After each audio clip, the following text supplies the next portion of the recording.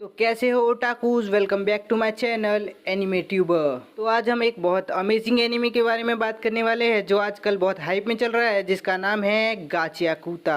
Episode के starting में एक लाइन दिखाई जाती है जिसपे लिखा होता है कि अगर आप किसी चीज़ को बहुत अच्छे से ख्याल रखो तो उस चीज़ में सोल आ जाती है, पर अगर उसी चीज़ को आप कचरे में फेंक दो तो उस चीज़ में क्या जाएगा। फिर हमें एक छोटी बच्ची दिखाई जाती है जिसके हाथों में एक डॉल होती है जो थोड़ी सी फटी होती है, जिसे ठीक किया जा सकता था, पर ये लोग काफ़ी अमीर है तो ये इसे कूड़े में फेंक देते हैं। फिर से वही लाइन आती है जिसपे लिखा होता है कि इंसान किसी भी चीज़ को बड़ी आसानी से कचरा बना देते हैं, जैसे कि उस चीज़ की कोई वैल्यू ही नहीं, जैसे कि वो चीज़ उनके कभी काम ही नहीं आने वाली। खैर, वो कचरा टनल में से होते हुए ट्रक में जाता है और वो ट्रक उसे वेयरहाउस में जाके पटक देता है। सीन चेंज होता है और हम एक मास्क वाले लड़के को देखते हैं जिसका नाम रूडो होता है और ये इस एनीमे का मेन कैरेक्टर है। रूडो वेयरहाउस में जाके कचरे में से कुछ खोजने लगता है, लेकिन उसे एक गार्ड देख लेता है। गार्ड समझ जाता है कि ये लड़का वही है जो हमारा कचरा चुरा रहा है। फिर गार्ड उसे हाथ ऊपर करने के कहता है, लेकिन रूडो भागने लगता है। तभी गार्ड अलार्म बजा देता है और वो गार्ड और सारे गार्ड मिलके उस पे गोलियां चलाते हैं। उसमें रूडो को एक गोली छू के निकल जाती है। जैसे तैसे करके रूडो दीवार कूद के बाहर तो आ जाता है और फिर रूडो कहता है कि मैं किसी के लिए खतरा नहीं हूँ, तुम मुझे क्या पकड़ोगे। वहाँ पे अमीरों का शहर दिखाया जाता है, वो काफी खूबसूरत होता है और सभी ने वहीं पे सफेद कपड़े पहने होते हैं। तभी वहाँ पे दो लड़कियाँ कल रात की बात करती है कि कल किसी ने फिर से कचरा चुरा लिया है, पर दूसरी लड़की कहती है कि पर कोई कचरा क्यों चुराएगा। वहाँ पर एक बस्ती का आदमी होता है जो बातें सुनकर वहाँ से जाने लगता है और वो एक गेट पास करता है। तभी हमें दिखाया जाता है कि अमीर और गरीबों के बीच एक बहुत बड़ी दीवार है। अमीर लोग इन बस्ती वालों को कुछ नहीं समझते हैं। फिर बस्ती में दो लोग बात करते हैं कि पूरा शहर उसके बारे में बात कर रहा है।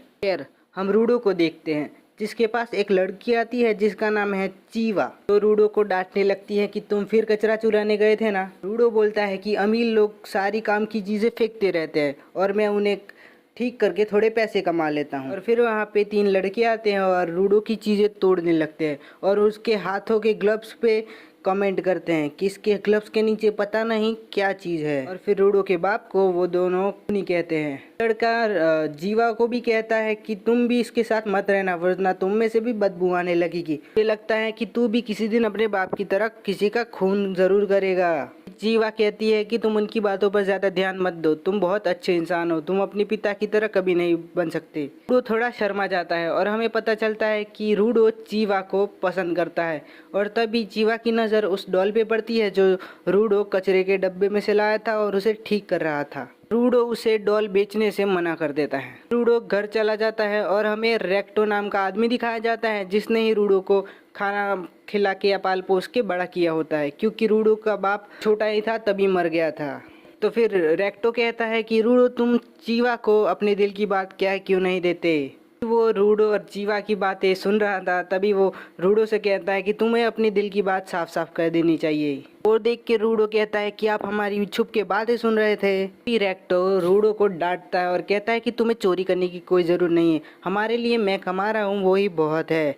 पर हमें पता चलता है कि रूडो रेक्टो की बस मदद करना चाहता है, क्योंकि उसी ने रूडो को पाल पोस कर बड़ा किया है, इसलिए वो उसकी मदद करना चाहता है। भी रेक्टो रूडो के हाथों पे लगी चोट देखता है और उसे कहता है कि ग्लव्स निकाल दो, मैं इस पे पट्टी लगा दूंगा। और फिर वो रूडो को चोरी करने से मना करता है, क्योंकि चोरी करने वालों को यहाँ पे एक खाई में फेंक दिया जाता है जिसका नाम पिंड है, जहाँ पे अमीर और गरीब सारे लोग कचरा डालते हैं और जो चोरी या खून का जैसा कोई भी अपराध करता है, क्राइम, उसे वो लोग पिंड में फेंक देते हैं। किसी को भी पता नहीं कि वो कितना गहरा है। उसी खाई में रूडो के पिता को भी फेंक दिया गया है।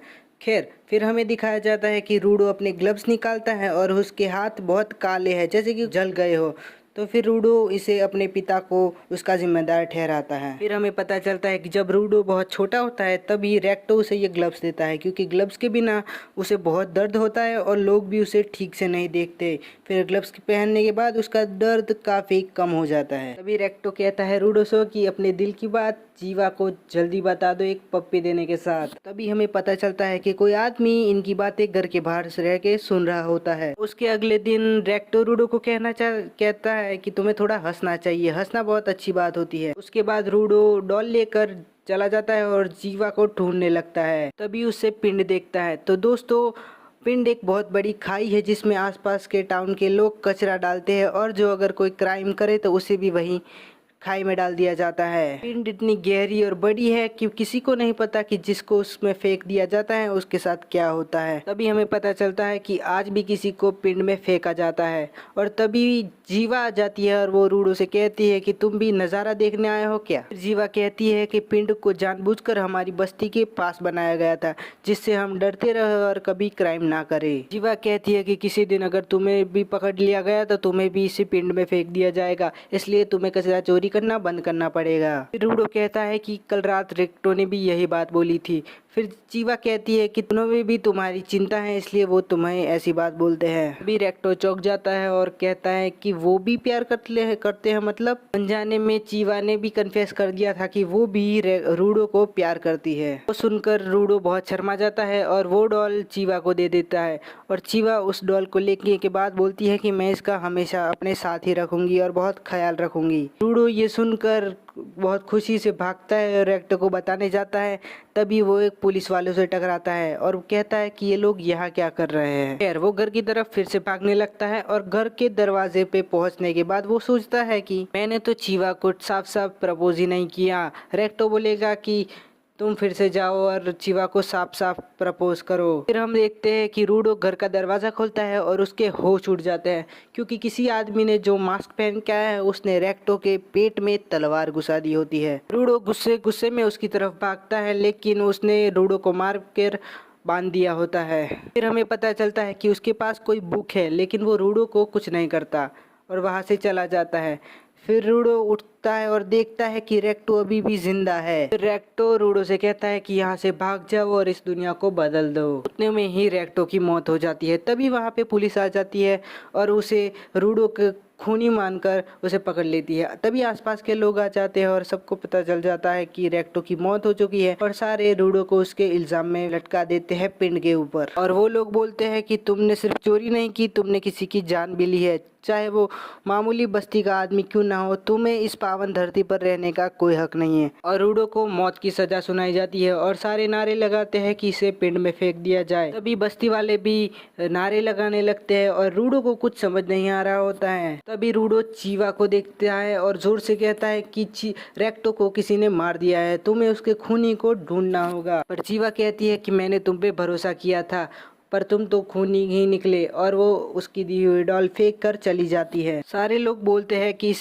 कचरे को फेंक दो लेकिन तभी रूडो जोर से कहता है कि असली कचरा तो तुम हो जिनके पास दिमाग तो है लेकिन कभी दिमाग का यूज नहीं करते। तभी रूडो को भीड़ में वो मास्क वाला आदमी दिखता है जिसने रेक्टो को मार दिया था और तभी रूडो को पिंड में फेंक दिया जाता है। और रूडो जोर से चिल्लाया है कि मैं तुम सबको मार दूंगा, मैं तुम सभी को मार दूंगा।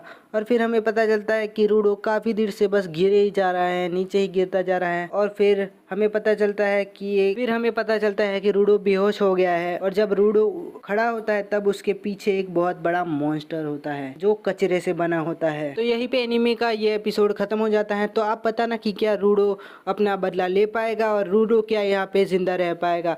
तो मिलते हैं एक और एपिसोड के साथ। अगर इस वीडियो पे अच्छा मुझे रिस्पांस मिला तो इसके और भी एपिसोड लाऊंगा। तब तक मिलते हैं। सब्सक्राइब करना, चैनल को लाइक करना, शेयर करना और अपने दोस्तों में फैला दो।